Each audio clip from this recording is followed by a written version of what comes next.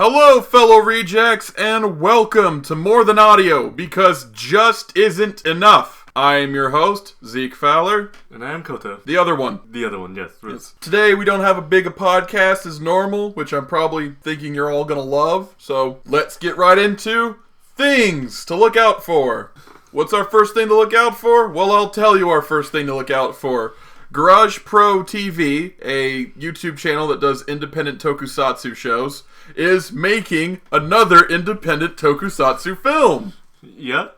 And as you can see here from the images that I have crudely taken from their YouTube channel, How to do that? Kota taught me how to do that. we don't own any of the pictures we're using. Yes, the podcast is monetized, but we want to admit that we're just going to admit, like, we took these images from the YouTube channel. We're going to put the link to the thing in the description. Anyway, for a long time, the Garage Pro TV guys have been doing a series of trailers for tokusatsu characters that they've invented. And they've been doing it ever since the Gun Caliber bootleg movie came out. They made the Gun Caliber movie. They call it bootleg because every once in a while, instead of asking you to buy it, they throw it up on YouTube so you can watch it. And that's the bootleg. That's their bootleg of their own product, Gun Caliber. Oh, I know that. It's like, that's kind of like in Animal Crossing. KK just gives you a CD for free every week. Yeah. He calls that's what he calls it, a boot. Yeah, my boot. That's a bootleg. Yeah. Anyway, he has been certain characters like Hayata, which came out long time ago. He's this blue ninja right in front of you. That was a cool trailer, and I was like, oh, cool. I wonder what this is going to be.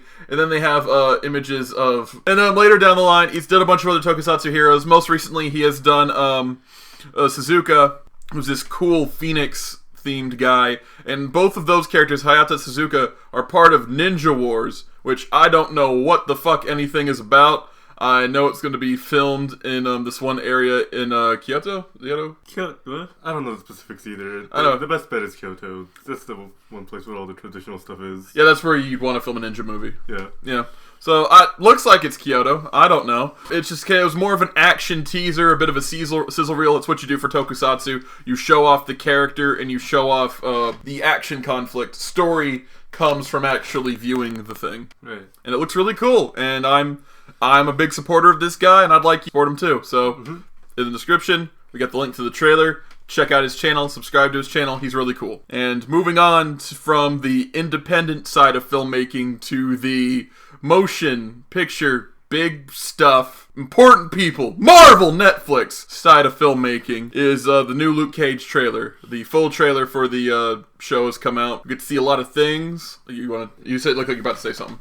No. Okay. Nothing to say.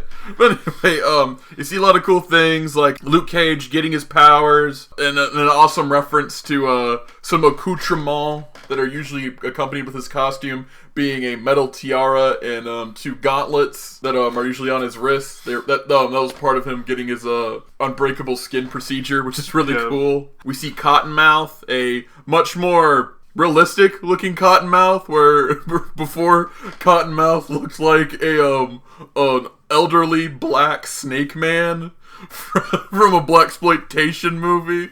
It's like, I'm gonna get you, Luke Cage. Welcome to the terror. Yeah, weird shit like that. But no, he looks cool in this movie. You see him beat a guy to death. It's got a very the comic has its blaxploitation roots. Looks like there's a bit of this in there. Definitely showing off Harlem as a character. Kind of like how Jessica Jones did Manhattan. And, of course, Daredevil has his Hell's Kitchen, inseparable in that area. It looked really cool. What'd you think of the trailer? Yeah, it was great. It does help understand the character of Luke Cage, this is trailer. Yeah. And where he's from and what he realizes he has to do. Yeah, it gets you caught up to like where you need to be to see the show. Right. Yeah. Instead of just being nerds like us who were just on board the moment they said Luke Cage. I'm done. Cool. A Luke Cage thing? Yeah, I'll watch that shit. But it gets the normies ready to go. Yeah. Gets the normies where they need to go. Yeah, and that's like the realism in these places like is gonna attract everyone. Yeah. No, you're right. The realism contrasts to the fact that Luke Cage is just taking bullets without even fucking moving. Definitely has a better impact to it. Right. Yeah. And of course, there's a lot of people on the internet talking about, like, it's about time that we had a super bulletproof black man as a superhero. I'm just like, well, he was always that before it became a politicized thing. But you're right, there is a certain like element you can bring to it. Yeah. Yeah, I hope they do tackle that. Hope the cops are dicks. Right. That's always how I feel about police officers. It's like, fuck you, be safe. Yeah. Well, that's everything to look out for. Two really cool things. Yeah. That you'll be seeing in the future, hopefully. Now it's time to move on to things to reconsider. Okay. Which, dipping back into the Suicide Squad well with this one. Oh. A fan threatens to sue. He's probably not going to do it. I mean, who the fuck really would? You'd have to be insane. Yeah. Is threatening to sue DC and Warner Brothers for false advertisement. In the trailers, they showed a bunch of scenes with, Jared Leto's Joker and a lot of cool stuff with Katana that wasn't in the movie. I don't know. I haven't seen the movie, but apparently the trailers are lies. So he's like suing them like, no, this is grounds for false advertisement. And it's not just Warner Brothers. Everybody's fucking doing it. One, coming back to if you're mad at, from either end of this argument, if you are mad at Warner Brothers for making a bad DC movie, get over it. If you're mad at people for not liking the DC movie that you like, get over it. However, he does bring up an interesting concept, which is that, are the trailers selling a film better than the movie? Yeah, it's like because are these trailers indicative of the product you are about to invest in? You know, like because we see things like "Hello everyone" with like Spider-Man at the end of Civil War. Yeah. But that line was way in the middle. That was like way down the line in the film. Yeah. Yeah, it wasn't really in the it wasn't really when he smacked down. I don't know. When he did the hero tripod. Yeah. Superhero landing! Yay! Superhero landing! This guy's basically just. I'm running all the commercials of any kind of product at all, especially those I've seen on TV ones that they claim to say, "Oh, buy this so you won't have to have trouble with this task." Yeah, you're right. I mean, I think just commercials are bullshit in general. Yeah. I mean, like, granted, a Burger King burger is delicious, but it never looks as delicious as the TV shows it to be. Right. Yeah, it looks like shit when you get it. It tastes fine, but actually, I'm really partial to Burger King. I legitimately like it. It's not just like fast food it'll do. I'm like, fuck it, man. Burger King's awesome. Yeah. But I'm pretty sure once I've moved up in the world, I'll go, oh, Burger King, what utter garbage. I eat these $2,000 hamburgers in Las Vegas, and they have a gold leaf on the bun. I don't know. Yeah. Yeah. I don't know why this guy wants to sue this guy. The commercial. Well, he said, like, well, no, I don't even know why this became a big controversy, because I've seen the Reddit post that this comes from, and he's just talking about the concept of it. He's not gonna fucking sue. Just like, it's just that type of wording, which is like, oh, he's gonna sue Warner Brothers for false advertisement. It's just like how you get people attracted to your fucking site. Right. So, those motherfuckers who are talking about this are the assholes who are discrediting the truth. We are the assholes! That's things to reconsider. And now it's time for our favorite part of the show, toys. For Kids. yes. Yeah, sure. If you missed your chance to get Darkrai, first time they had the distribution out, they are having another chance to get it. All you gotta do is go to thepokemon.com, sign up for the official Trainer Club newsletter before August 24th, and then in September, you will receive a serial code for Darkrai. If you have already gotten your serial code for Darkrai as part of like this whole monthly anniversary bullshit, you will not be able to get that Darkrai.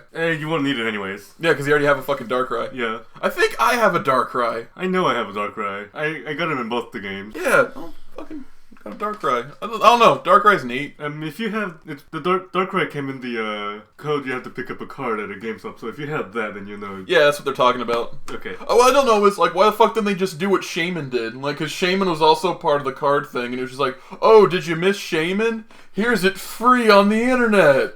Yeah. Why do I have to do? Why do I gotta jump through these fucking loops just to get this thing? Do you guys need to fill? Like, does Nintendo need to fill a quota for their newsletter? Or else, like, oh man, look, if you don't get enough people to sign up for the Pokemon newsletter, we're just gonna axe it. And then Game Freak's like, fuck. Okay, put a Darkrai attached to it. Attach a Darkrai to it. Get a free Pokemon. Sign up for the fucking newsletter. Dude, go. I don't get it. If these newsletters are emails, then I already have it. Yeah, like I think I have signed up for it. I'm not sure though. Yeah. I don't know if I need to do it again. You probably don't. Yeah. Let's see what else. Since we're still on the topic for Toys for Kids, and this is still a very short podcast, there's probably a big elephant in the room. It's like, hey Zeke, we like Pokemon and we watch your podcast. Says none of the people who watch my podcast. Why are you not talking about all of the cool leaked Pokemon you have out? Well, not real podcast viewer, I have this to say. When Nintendo of America releases the YouTube video of all of the information, then I will do a podcast on it.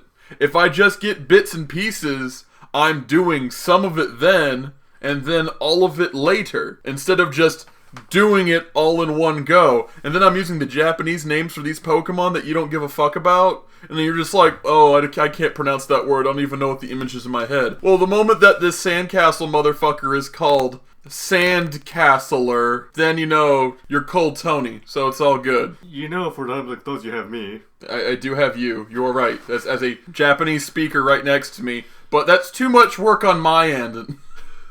I don't know what does Mimikyu mean in Japanese? It's just mimicking something else. Fair enough.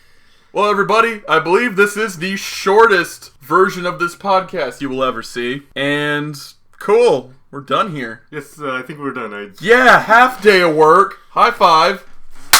Yeah! Yes, oh man, you see the spike? It totally made it in. Yeah. If only we could make it echo. If only we could make it echo. If only we could make it echo. Alright, I'll tell you what, let's get those bag of Milanos over here. So, before I take a bite of this Milano, I just want to say that I have been Zeke Fowler. And Koto. And fuck Just Audio. This is more than audio. It's better than just audio. It's not the same show with the slideshow gimmick to it. Fuck all of you. Goodbye. Uh-oh.